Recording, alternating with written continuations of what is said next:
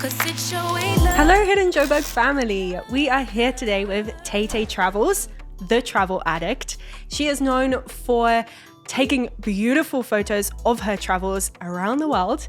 And we're going to start straight away with a game. So, have you heard of Hot or Not?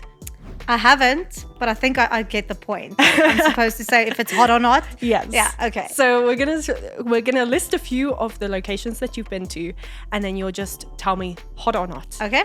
All right. So starting with number 1, Babylon Storin in Cape Town. Hot. Okay. Definitely. Golden Gate National Park, Free State. Very hot. Extremely hot. Okay. Yeah. Okay, we'll come back to that. Dolphin Coast, Durban. Hot. Okay. For sure. Vela Luka, Croatia. Like on fire. I'm seeing a theme. Mountain Sanctuary Park, Gauteng. Hot. And Drakensberg, KZN. Definitely hot. And then let's throw in the Rosemary Hill Farm, Pretoria, because we are currently here. Well, very hot, obviously. It's like my second home. That's literally what I do. Oh, it's my I love second that. home. Okay. I think I come here like once a month.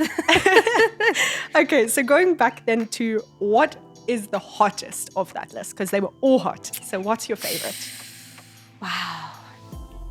The reason I said hot for Golden Gate National Park is because I feel like there's a hidden gem there that not a lot of people know. And it's this waterfall in a cave. It's it's extremely beautiful and no one knows about this spot. And that was one of my first hidden gems I discovered by myself. So I love that. Yes. I enjoy like discovering very unique places. So that's why I would pick that one as my hottest one. Yeah. So you do like a lot of hiking Yeah. and exploring. Yeah. I don't hike just to hike. Okay. I like to hike to find something pretty. It has to be worth it, you know. Just don't want to walk 100%. somewhere. Yeah. But I will walk in beautiful mountains the whole day. That's different. Yeah. Okay. I do a lot of hiking. I love that. Okay, that's awesome. So obviously you've built your career in traveling. What is the perks and the challenges of that lifestyle? Let's start with the challenges. I think, we get undervalued. Especially they compare us to everyone that just has a lot of followers or anything like that. And I hate that because we work hard. We've got creativity. We know what we do. So that's definitely a challenge and payment, like we discussed earlier today off camera. Payment is definitely something that they think that we can live off the free stuff they give us, you know, so it's hard. But the perks are definitely not something to complain about. The perks are great, getting to stay at beautiful, unique places.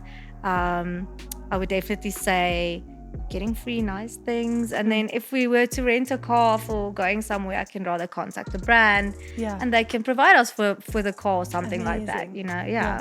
Yeah, I love that. That's so cool. Yeah, and the perks are traveling. Yeah. And I guess the flexible hours as well, like we spoke, you can do what you want when you want. Yes. That's awesome. Okay, cool. So is this something that you like grew up thinking that you would want to be doing, or like what did you want to do? Okay, well, obviously not influencing or social media. It didn't exist yet. I'm giving away my age. But definitely traveling, yes. Yeah. That's always been, I've always been fascinated by anything unknown. Yeah. You know, even space. Like I think growing up I would have, if I knew it wasn't as hard, I would have wanted to be like a space lady, just like an astronaut. And then obviously finding out how hard and how scary it is when you grow up. Yeah. Just traveling and exploring the unknown. I love that. Yeah. Do you know where that stemmed from? My mom. Yeah. Yeah, my Did mom. she travel a lot? Or? No, but she's got the same bug. I don't know why, we just have it. It's like it's somewhere in our genes. It's in here. Well, on that, have you traveled a lot with your mum? I have. Yeah. Not a lot, but I've traveled. My first international travel was with her to the US. We went to Disney World and Los Angeles, all the hot spots, you know, New York. And I loved every second of it because it was special. It was special towards me and her, you know, going together. Yeah, that was awesome. Okay. So what's your favorite? Traveling alone, with friends, or with a special someone? So I'll definitely always say with a special someone. Not just because he's always helping me with the content. You always need that person. But it's nice to share the experience with someone, you know. I don't mind traveling alone though. I like my alone time as well. I enjoy it a lot. The only thing I don't enjoy is a very big group of friends, just because I feel like I won't be able to go and do whatever I want when I want. And Okay. I've Yeah. got different ideas. Yeah. So I don't enjoy big groups except for when we go on like these campaigns together. Like I Okay. recently went on a campaign to Mauritius. That was fun. We were a group of like 5 ladies and Yeah. we're one guy. And I enjoy that a lot. Yeah. I really enjoy just being with a group of people, but that's when it's arranged for me. Okay. Yeah. Okay. When So I do the planning, I don't like to be with a lot of people. No. So what did you guys get up to as the group? Well, for instance, this was with Mauritius tourism department, if I may say that, and they arranged quite a few activities for us just to show that it's not just a place where you go and sit at a resort. So we went kayaking. We went to the 7 colors of the earth, which is this nature phenomenon where it just looks like soil that's like 10 different colors, pink and green. Yeah. And it's beautiful. What else? We got up to a lot of things. We had drinks. It was fun. It's good when they tell us to go do stuff. Oh, and the best one of all obviously was the yacht that you go out on. Oh, and nice. you just go chill and snorkel and But that's with like-minded people, so I feel like I enjoy doing that with them. Yeah. Were these like friends or? No, it's all creators. Okay. So it was a campaign basically. Okay. That's Not paid awesome. necessarily. Yeah. But yeah. Okay. That's so fun. All right. So then bringing it into Joburg, what are 3 locations in Joburg that you think are definitely worth the visit? Okay, so first of all, I don't know if people are aware of it, but the Leonardo has a top roof bar, and it's currently, as far as I'm concerned, the highest urban bar in Africa. So we went up. It's cool. They make it a whole experience. When you go up the elevator, they're like, departing here soon. You get a glass of champagne, you get up top and you watch the sunset. It's amazing. You have to book though. Okay. But it's a view of the whole Joburg. It's crazy. I haven't heard of that. The Leonardo. No. Okay, I'll well, have to check it out. Yeah, the tallest building in southern Africa. I'm not sure. We'll both check that out. And then the other one I would say is not necessarily in Joburg, but I think we spoke about it, was Mountain Sanctuary Park. Yeah. It's definitely a must visit for anyone, especially if you like swimming, hidden gems. It's beautiful. Okay. Number 3. There's so many. But Joburg specifically, Or around. all around. Yeah. Well, we're at Rosemary Hill. I think this is a must visit for sure. But otherwise, I would also say Dinu King is, I don't know if you know where Dinu King is. It's not too far, but I mean, for anyone that just wants to get out of the city for a weekend, just a quick weekend getaway. It's a glamping tented camp experience. It's amazing. Oh, nice. Yeah. Okay. Have you done much glamping, camping? Yeah. Yeah. A lot of that. A lot of the glamping is becoming a very hot thing in the country at the moment, or I think in the world. Yeah. Even camping in the Drakensberg. Yeah. All of that. Yeah. I love that. Every experience. So it's definitely hot. It's hot. It's hot. Okay. So with traveling, I feel like you're going to get some good experiences and some not so good. Yeah. What are maybe, let's just pinpoint one of your best experiences and one of the not so best? Okay. I think let's start with the worst experience I've had. That would definitely be, we went to Coffee Bay, the Wild Coast. We really wanted, that was my wish for my birthday, to go there and to see the beautiful big hole in the wall. I was so excited for that.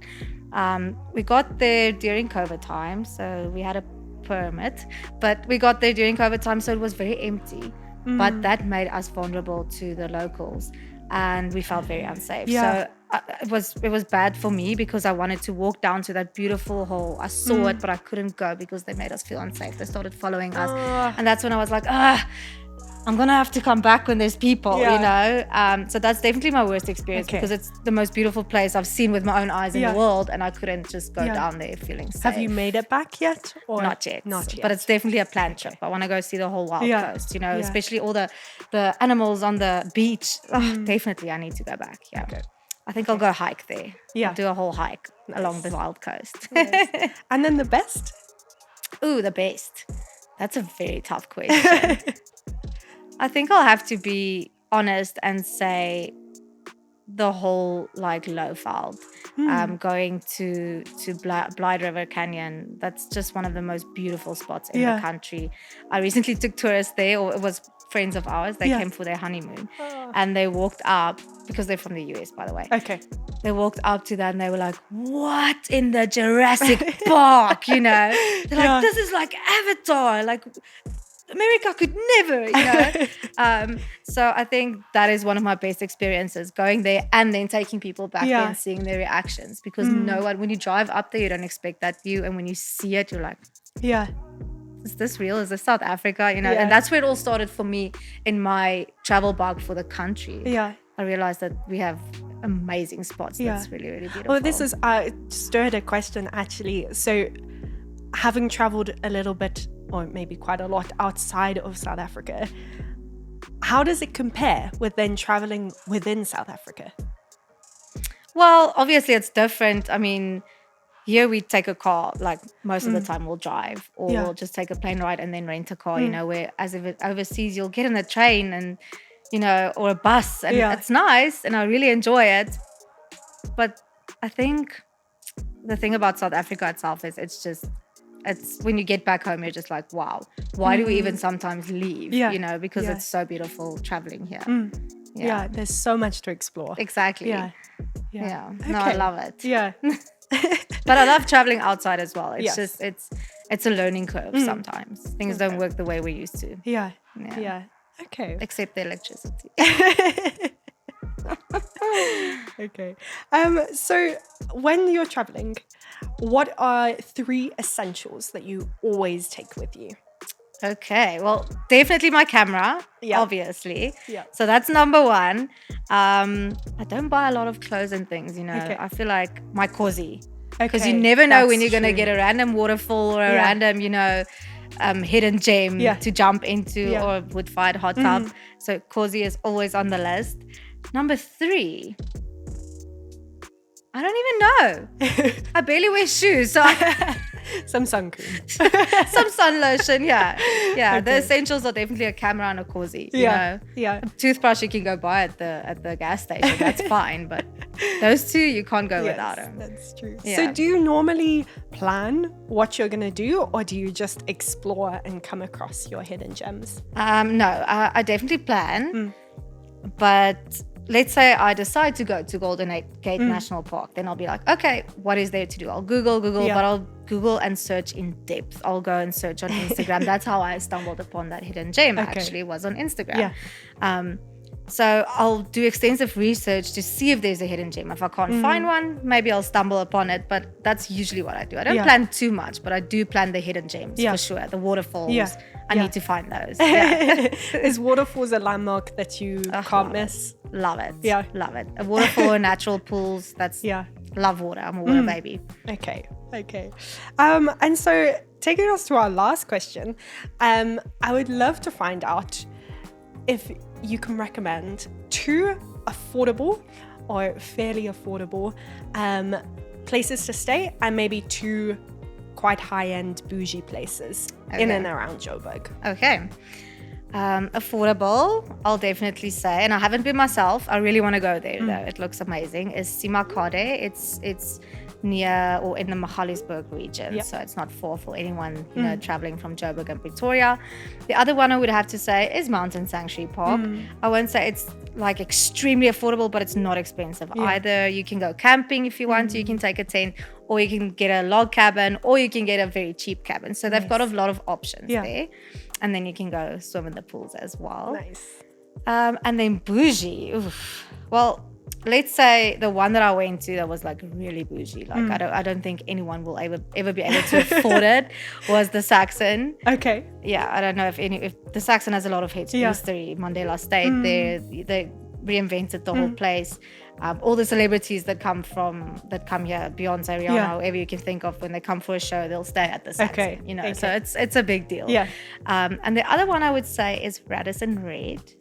Just because it's in the heart of Joburg or Sandton, and it's got this view, you know, with the pool and the sunset, and that's true. It's bougie, but it's still not like extremely unaffordable. Like it's It's a little bit mid-tier, high-end. Yeah. Yeah. Okay, awesome. Well, I think it's safe to say that we all have some things to add to our bucket list. Thank you so much, Tay, for joining us. It's a pleasure. And yeah, we'll see you next time. 'Cause it's your way, love.